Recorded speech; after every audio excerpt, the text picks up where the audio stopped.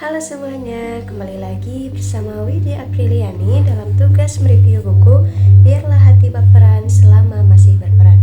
Pada video kali ini saya akan melanjutkan bagian 2, yaitu alasan-alasan yang membuat hati jadi baperan. Bagian ini seperti perjalanan untuk mengenali diri sendiri.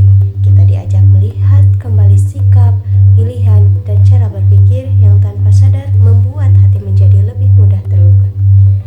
Ada 5 sebab penting yang menjelaskan alasan yang membuat hati jadi baperan. Yang pertama, ketika tak mengenali tujuan diri. Ketika seseorang tidak benar mengenal dirinya sendiri, hidup terasa mudah goyah. Kita tidak tahu arah yang ingin dituju, sehingga sering membandingkan diri dengan orang lain.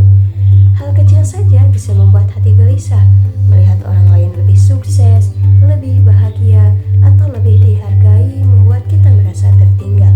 Perasaan yang seperti ini akhirnya membuat hati menjadi lebih sensitif. Kita menjadi mudah merasa tidak cukup baik.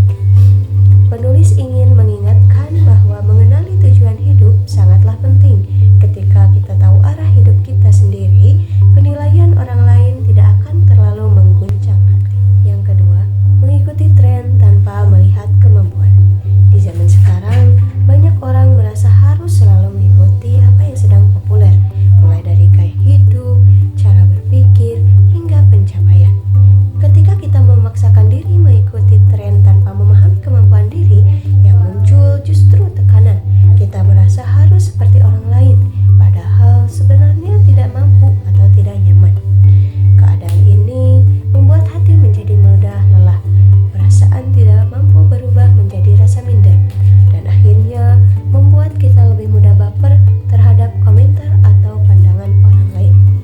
Poin yang ketiga, karena terlalu mencintai. Mencintai adalah hal yang indah, namun ketika cinta terlalu besar, seringkali hati menjadi lebih rapuh. Ketika kita terlalu menaruh harapan pada seseorang, setiap hal kecil dari orang tersebut bisa terasa sangat berarti. Perhatian kecil membuat bahagia, tetapi perubahan kecil juga bisa melukai. Penulis menjelaskan bahwa rasa cinta yang tidak seimbang sering membuat seseorang terlalu bergantung secara emosional. Ketika harapan tidak sesuai kenyataan, hati menjadi mudah kecewa. Yang keempat, bereaksi berlebih pada aksi orang lain. Kadang masalah sebenarnya tidak terlalu besar, namun karena kita terlalu cepat bereaksi, semuanya terasa jauh lebih rumit. Tatapan orang lain, kata-kata sederhana, bahkan sikap yang sebenarnya biasa saja bisa kita artikan secara berlebihan. Penulis menjelaskan bahwa reaksi yang terlalu cepat sering membuat kita salah menilai situasi. Kita merasa disakiti, padahal mungkin orang lain tidak bermaksud demikian.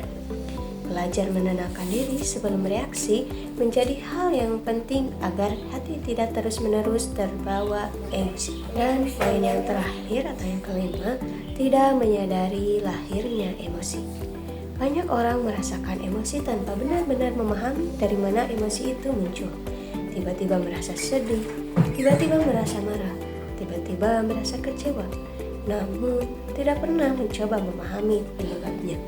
Ketika emosi tidak disadari dan tidak dikelola dengan baik, perasaan tersebut akan terus menumpuk di dalam hati.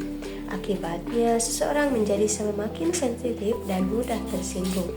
Penulis mengajak pembaca untuk lebih mengenali emosi diri yang muncul.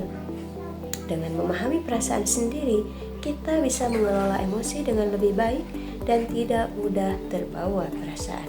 Segala sesuatu terjadi karena sesuatu alasan, karena setiap sebab ada akibat, dan setiap akibat ada sebab. Entah Anda mengetahuinya atau tidak, pasti ada sesuatu sebab atau sebab-sebab khusus. Tidak ada yang kebetulan.